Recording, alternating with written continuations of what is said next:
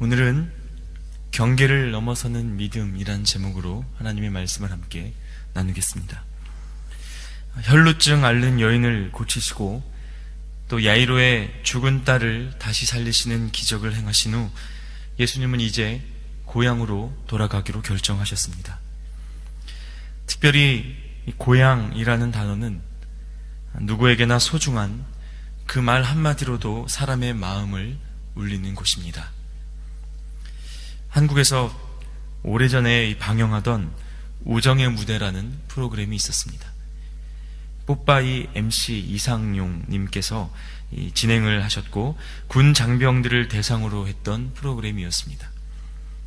이 방송을 보면 여러 가지 코너의 그 순서들을 통해서 휴가권을 따낸 장병들에게는 MC가 늘 고향 앞으로 출발 이렇게 외쳐주었습니다.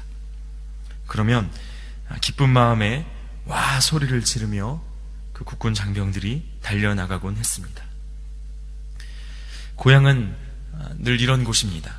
고향 땅에서 가장 먼 곳으로 나와서 이민자로서의 삶을 살아가는 우리에게는 어쩌면 그 애틋함이 더욱 특별할지도 모르겠습니다. 예수님께도 그런 고향이 있으셨습니다. 어린 시절을 보내고 또 성장기를 지냈던 마을이 있었습니다. 바로 그곳으로 예수님이 다시 찾아가신 것입니다. 얼마나 많은 기대가 있으셨겠습니까? 그곳에 돌아가서 가족들을 만나고 또 친구들을 만나고 내가 가장 가까이에서 아끼고 소중히 여겼던 그 사람들에게 이제야 내가 하나님의 말씀을 더욱 분명하게 증거해야겠구나. 어쩌면 이런 마음으로 가셨을지 모릅니다. 예수님은 그렇게 고향으로 돌아가셨고 그곳에서 안식일을 맞아 회당에서 가르치기 시작하셨습니다. 그런데 사람들의 반응이 기대했던 것과는 전혀 달랐습니다. 다른 동네와도 사뭇 달랐습니다. 3절 말씀에 보면 사람들이 이렇게 말하고 있습니다. 이 사람은 마리아의 아들 목수 아닌가? 야고보와 요셉과 유다와 시몬의 형 아닌가? 그의 누이들도 다 여기 있지 않은가? 여러분, 성경에는 이렇게 기록되어 있지만 어디 이게 이런 느낌이었겠습니까? 조금 와닿는 버전으로 바꾸면 에이, 저 녀석 좀 보게.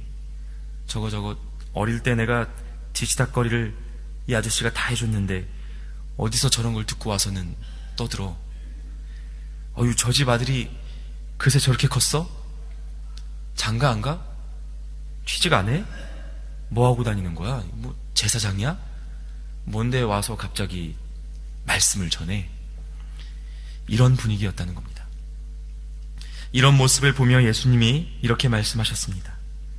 예언자가 자기 고향과 친척과 자기 집 밖에서는 존경받지 않는 법이 없다. 결국 고향에서는 그 예수님마저 몇몇 병자에게 손을 얹어서 고쳐주신 것 외에 다른 아무런 기적도 행하실 수 없었다고 합니다. 이것이 무엇 때문입니까? 여러분, 우리가 잘 생각해 보아야 합니다. 예수님을 바라보는 그들의 선입견 때문이었습니다. 그들이 갖고 있던 고정관념 때문이었습니다. 각자의 눈을 가리우는 수많은 기억들 때문에 예수 그리스도의 하나님 되심을 보는 눈을 잃어버린 것입니다. 그것이 믿음을 가리웠고 예수님은 그들의 믿음 없음을 보고 놀라실 정도였다고 합니다. 이것이 얼마나 안타까운 일입니까?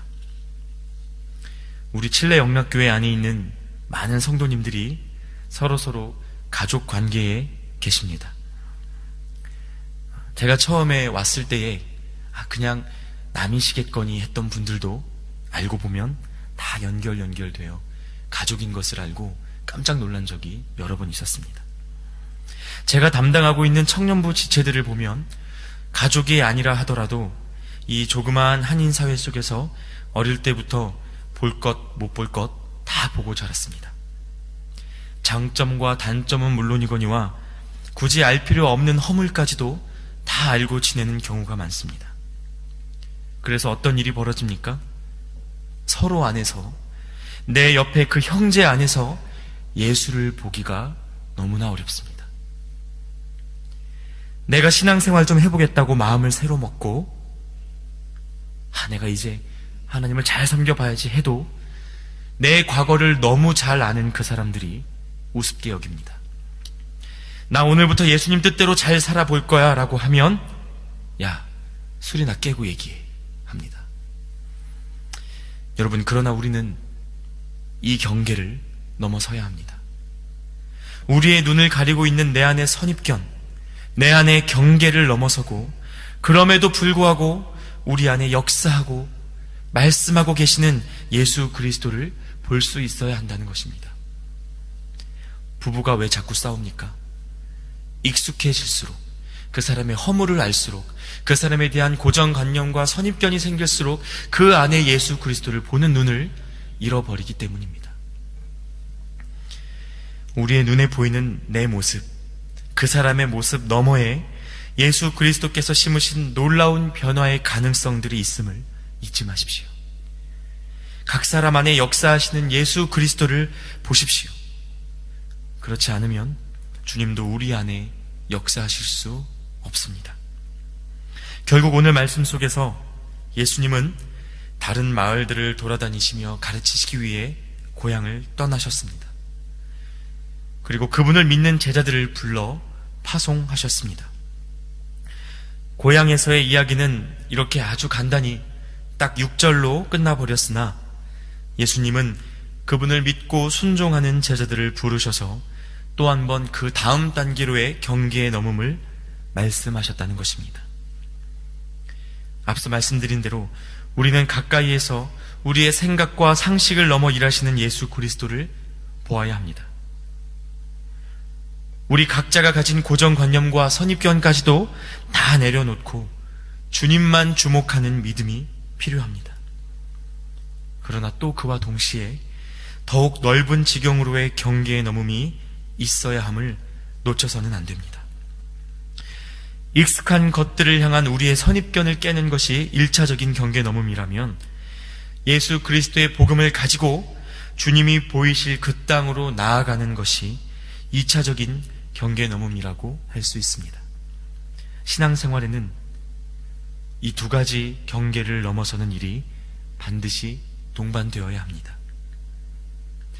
12 제자를 부르셨듯 주님은 우리를 부르셨고 복음을 주셨으며, 그 복음은 우리를 덮고도 넘치는 능력이 됩니다. 절대로 우리 안에만 머무를 수 없는 힘이기 때문에 그렇습니다.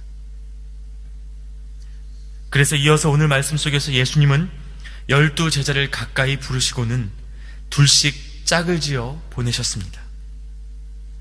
그리고 악한 귀신을 억누르는 권능을 주셨습니다. 다른 것은 무엇을 허락하셨습니까? 신발은 신으라고 허락하셨습니다. 그러나 옷은 한 벌이면 된다고 하셨습니다. 또한 지팡이도 하나면 될 것이라고 하셨고, 빵도 자루도 동전도 가져갈 필요가 없다고 말씀하셨습니다. 이것이 무엇을 뜻합니까? 경계를 넘어서는 순종을 하기 위해 선행돼야 할 것이 바로 내려놓음이라는 것입니다. 나의 권리를 포기하는 것입니다.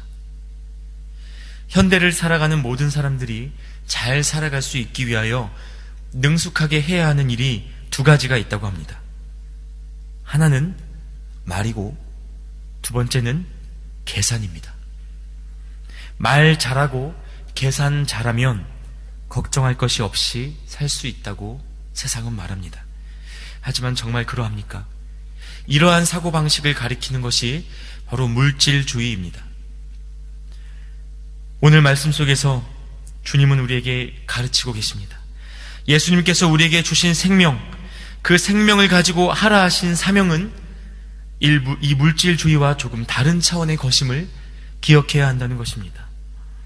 내가 지금 무엇을 갖고 있는가 하는 것은 하나님의 사명을 성공적으로 감당하는 것과는 별로 상관이 없다는 것입니다. 아니, 오히려 그것들이 방해가 되지 않으면 다행입니다. 하나님을 사랑하고 그분을 믿고 전적으로 의지하는 것, 여러분, 이것이면 족합니다. 다시 말해, 지금 이 자리에 있는 저와 여러분 중 어느 누구도 예수님을 따라 순종하기에 부족함이 없으신 분들입니다. 그러므로 오늘 이 시간 우리 곁에 예수 그리스도를 생각하십시오. 혹시 우리가 예수 그리스도의 말씀을 듣고 그분의 행하심을 보고도 각자의 선입견과 삶의 기준에 갇혀 산다면 오늘 그분은 고향에 오신 듯 환영받지 못한 채 우리에게서 다른 누군가에게로 떠나야 하실 것입니다.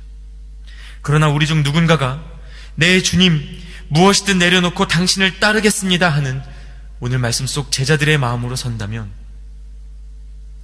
그것이 재물이든 인기든 내 삶의 만족을 위한 그 무엇이든 그것보다 예수님을 가장 귀히 여긴다면 오늘 주님은 우리에게 악한 귀신을 억누르는 권능을 주실 것이며 그 마음이 있는 곳으로 우리를 보내실 것입니다.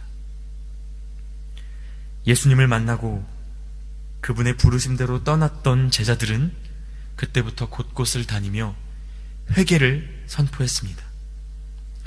그리고 귀신을 쫓아냈고 수많은 병자들을 고쳐주었습니다. 여러분, 우리의 삶은 어떠합니까? 먼저는 우리 안에 이 회개가 있기를 축복합니다. 우리 안에서 귀신이 달아나고 수많은 병들이 고쳐지는 역사가 있기를 기도합니다. 그리고 그런 일들이 바로 우리와 우리의 형제들을 통하여 칠레 영락교회와 이 빠뜨로나또와 이 산티아고 안에서 일어나기를 진정 바랍니다. 우리의 삶을 통해 하나님의 나라와 회개의 메시지들이 선포되고 악이 떠나가며 병이 낫는 역사들이 있어야 할 줄로 믿습니다.